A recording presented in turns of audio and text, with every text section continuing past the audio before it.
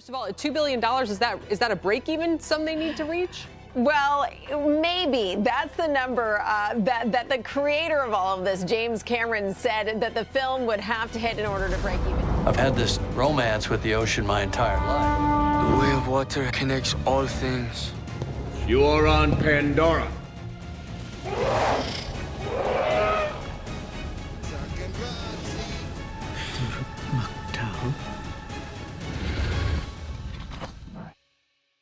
By now, I'm sure you've heard about Avatar 2.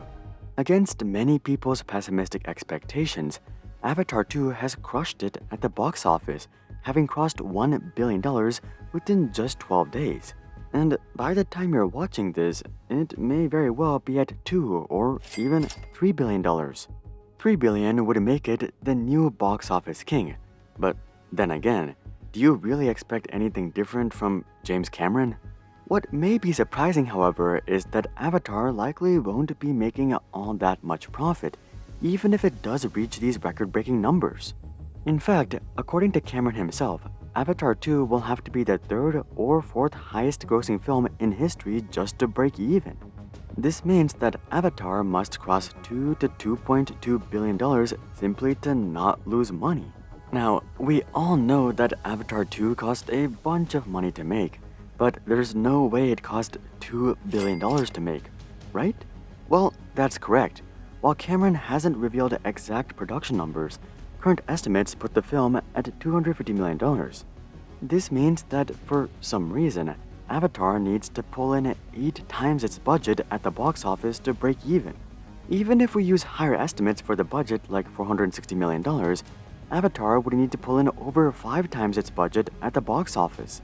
This makes no sense when you consider that films with similar budgets have far lower break-evens. Take James Bond Spectre, for example. Spectre's production budget was $300 million, but it only needed $650 million at the box office to break even. Even Avengers Endgame, which cost $400 million to make, only needed to earn $1.1 to $1.2 billion. In other words, despite having a similar budget to Endgame, if not lower, Avatar 2 needs to earn twice as much at the box office to show a profit.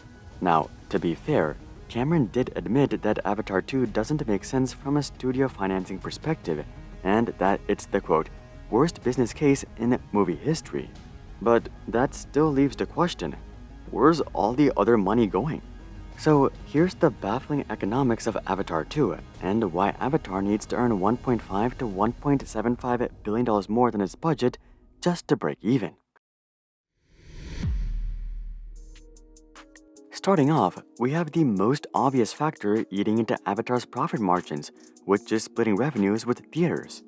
Now, having to split revenues isn't unique to Avatar, but there are 2 characteristics that are unique that make splitting revenues especially costly. Here's the thing, most theater deals are set up to make the average movie as profitable as possible for both parties. This means that studios get a larger percentage during the opening weekend and first few weeks, while theaters get a larger percentage after week 3 or 4. This makes sense because most movies have a massive cliff after the first week or 2. As a result, theaters are able to sustain lower splits during the initial phases of a movie because showings are packed and people are buying a bunch of concessions. But during the later phases of a movie, theaters need a higher split given that attendance is much lower and a fewer percentage tend to buy concessions. This works out great for studios as well, given that they get a larger split while a given movie is pulling in the bulk of its revenue. However, as time passes, they're willing to settle for a lower split to maximize the time that a movie stays in theaters. In terms of numbers, studios generally start with 55 to 60% of the revenue, and they drop down to 40 to 45%. Sometimes this ends up being as low as even 30%. While this is an ingenious design, it's not all that beneficial for Avatar, given that it doesn't perform like the average big-budget film. You see, Avatar is not the type of film to have massive opening weekends like Marvel. It's much more of a slow burn. This is why we saw so many articles early on suggesting that Avatar was getting destroyed at the box office, when in reality, that wasn't the case. And this becomes abundantly clear when we compare the staying power of Endgame and the original Avatar. Endgame started off with multiple 9-figure days, while Avatar barely had $20 million days. When we look further down the line, however, this dynamic is flipped on its head. By day 51, Avatar was still having 8-figure days, while Endgame was barely achieving 7 figures. While this is great news for Avatar's longevity, it's not all that great when it comes to theater splits. While Endgame likely only enjoyed splits of 55 or 60% for their first week or two, given that that's where all the revenue was, the average take in the US was likely closer to 55%. Meanwhile, Avatar is much more likely to be weighed down by lower splits in later phases, and their average take is likely closer to 50% or maybe even slightly lower. This may not sound like a big deal, but when we're talking about box office numbers of $2 to $3 billion, we're talking about $100 to $150 million less in studio earnings despite the same box office numbers. For perspective, that margin itself would be enough to direct the entirety of Batman Begins. So, due to the mechanics of theater splits, Avatar 2 has to earn a lot more to keep the same amount. While US theater splits are already a headache for Avatar 2, that's just the first of Disney's problems with the movie. Another major hurdle that Disney has to deal with is international revenue splits. Here's the thing, Western products usually attract the richest and most well-off people in a given country. Countries are well aware of this, and they want a share of the revenue. This is why products like the iPhone are hit with a 20% tariff, and imported cars are hit with a nasty 100% tariff in India. Cameron doesn't get any freebies in this realm, and he's gonna have to pony up an entertainment tax of anywhere between 2 and 50%, probably closer to 50% in India.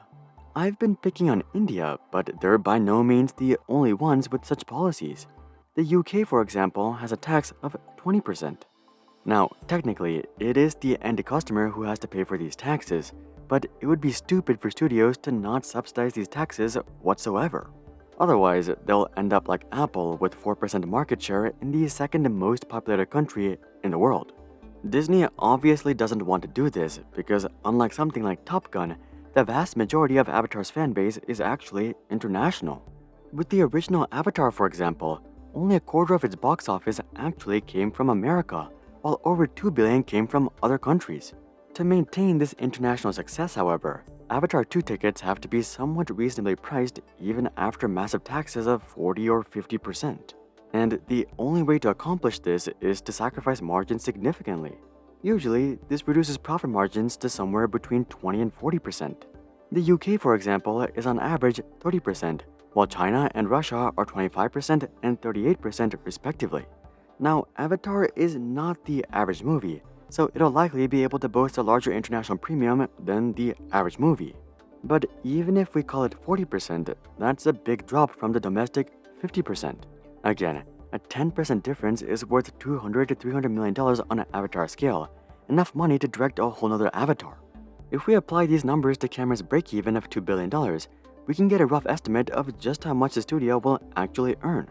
As I'm making this video, the global domestic split for Avatar 2 is roughly 70-30, so we'll just roll with that. This means that when Avatar 2 reaches $2 billion, the global draw would be roughly $1.4 billion, while the domestic draw would be roughly $600 million. Using our box office splits of 40 and 50%, we get a global keep of $560 million and a domestic keep of $300 million. This adds up to a total retained revenue of $860 million. And keep in mind, that's with our Avatar premium tickets estimation. The real number may actually be closer to $700 to $800 million. So that explains $1.1 to $1.2 billion worth of the box office. But that still leaves us with a $600 million gap between $860 million and the budget of $250 million. So what happened there?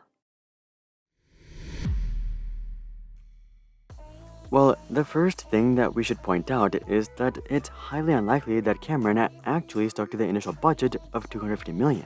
The initial Avatar itself cost $237 million to make, and if you've seen the new Avatar, you know that there's no way that this film only cost an extra $13 million. If that's actually the case, Cameron actually pulled off a miracle. But more realistically, the film probably cost $460 million to make like the higher estimate suggested. With an estimated box office retention of $860 million, this only leaves us with $400 million, and there's still plenty of expenses like marketing. The original Avatar is estimated to have spent $150 million on marketing. And that was when Avatar was a completely unproven concept. Given that Avatar has since become the world's highest grossing film, and that Disney has acquired the franchise, and that they need an insane box office number to break even, I suspect that Disney will be more than willing to outspend the last Avatar in terms of marketing.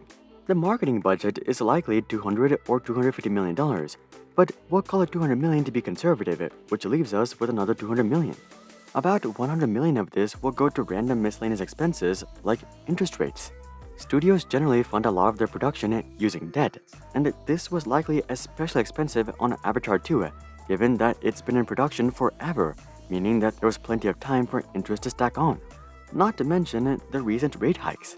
Another place in which Disney will lose some money is currency fluctuations and exchange fees. You can't just convert billions of dollars worth of foreign currencies to US dollars for free.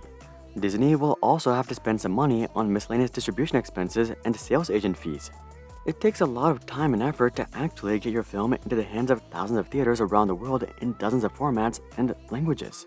Putting aside these miscellaneous expenses, we still have $100 million, and this will likely be paid out to large stakeholders in the project.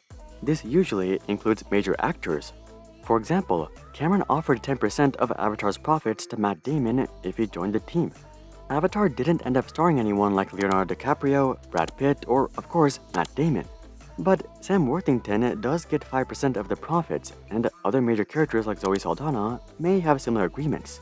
It should be noted though that these figures are based on profits, not gross box office numbers. But there may very well be stakeholders that are paid off the top line. One of the most notable stakeholders is of course Jimbo himself. He said that Avatar would have to pull in $2 billion for the studio to make money, not for himself to make money. And given that Cameron himself is worth $700 million, he's clearly no stranger to making lucrative deals with studios. In the end, while it may be baffling to hear that a $250 million movie needs $2 billion to break even, it actually makes a lot more sense when we take a closer look and account for things like the movie going over budget, theater splits, global splits, marketing, distribution fees, economic stuff, and key stakeholders. But at the end of the day, Cameron didn't make this film to make money. If that was truly his main goal, he wouldn't have waited 13 years to release another movie. For him, this is much more of a passion project and about bringing his vision to reality. With that being said though, we can't just completely ignore the economics, because that's what keeps the lights on and allows Cameron to do all this crazy stuff. Fortunately for Avatar though, it doesn't look like it'll have much trouble breaking even. And who knows, it might even become the new world's highest grossing movie, especially if it has anywhere near as much sticking power as the original. And this should go without saying, but if you haven't seen this movie yet, you absolutely should. But that's just what I think. Are you a fan of Avatar? Comment that down below. Also, drop a like if this video gave you more context regarding box office revenues and profits. And of course, consider checking out our Discord community to suggest future video ideas and consider subscribing to see more questions logically answered. But until then, I'm Hari, and I'll see you guys on the next one.